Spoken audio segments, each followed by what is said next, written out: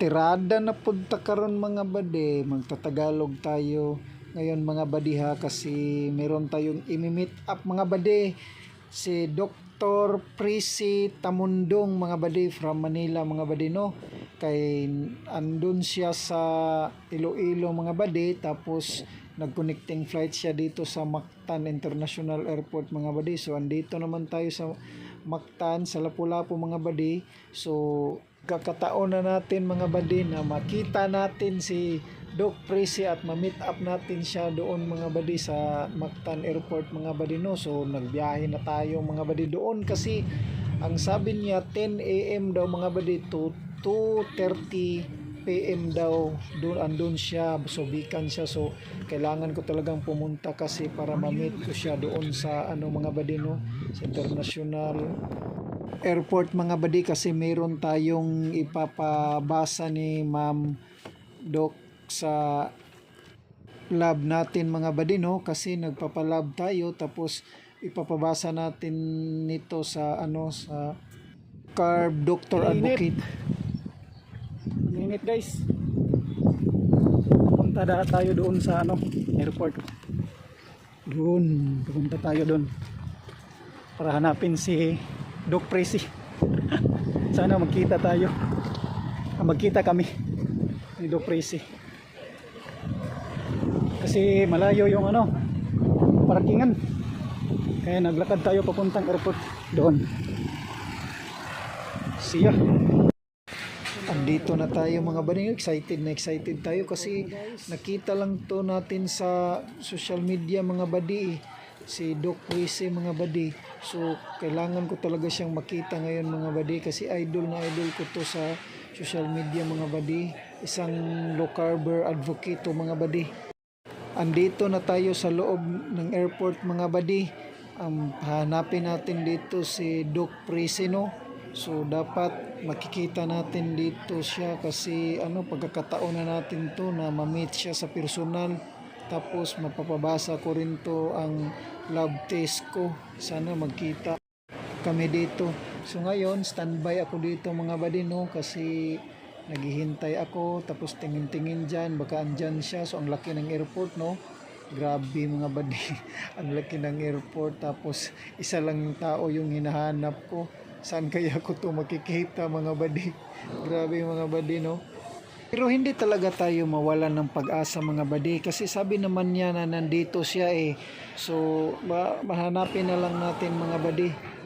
Naglakad-lakad ako dyan mga bade kasi hinahanap ko talaga siya mga bade. Sabi kasi 12 noon andito siya sa labas mga bade, so hinahanap ko talaga siya kung saan-saan dyan. Grabe naman nung ano na to, katiradahan mga bade.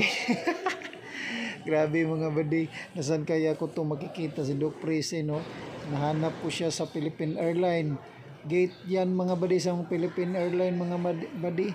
So hinahanap ko siya dyan kung baka nandyan siya, tapos wala. Pumunta naman ako ng Cebu Pacific na gate mga bade. So grabe ko talagang linibot-libot ko talaga yung airport na yan mga bade. Makita ko lang si Doc Prissy mga bade. Tumingin ako sa baba, tapos pagtingin ko wala. So tumingin ako sa gilid, sa entrance, wala din. So balik naman ako doon sa ano, sa labas mga bade.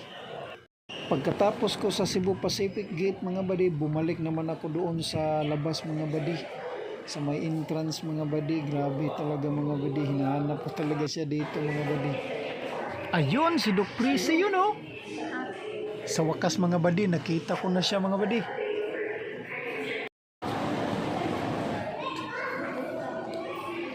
Hi Doc! Doc Prissy!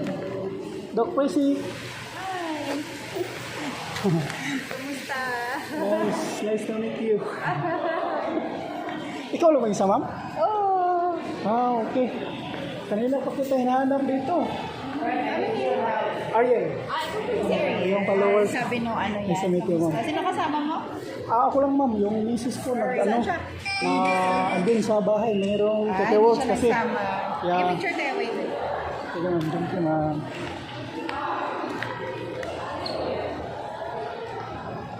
Okay.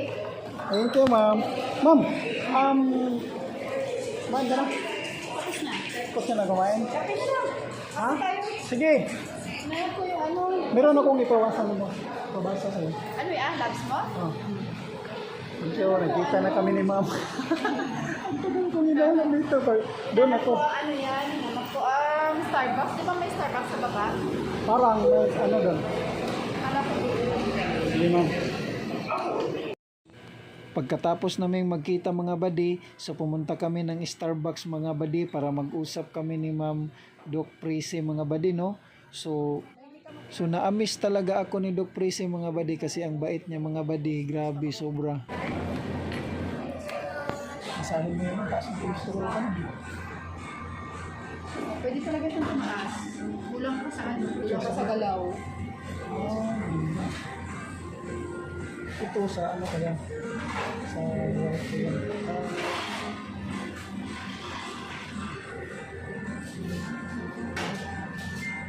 Medyo mataas konti ang DS niya. ano an? Sugar. Pero wala siya, hindi siya diabetic. Hindi naman. Ano yung HbA1c mas normal. Yes.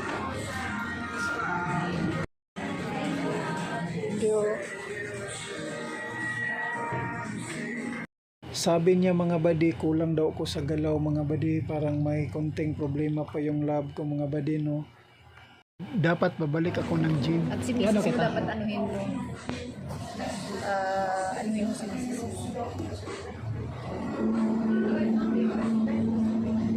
Samahin mo siya na maayos yung practice.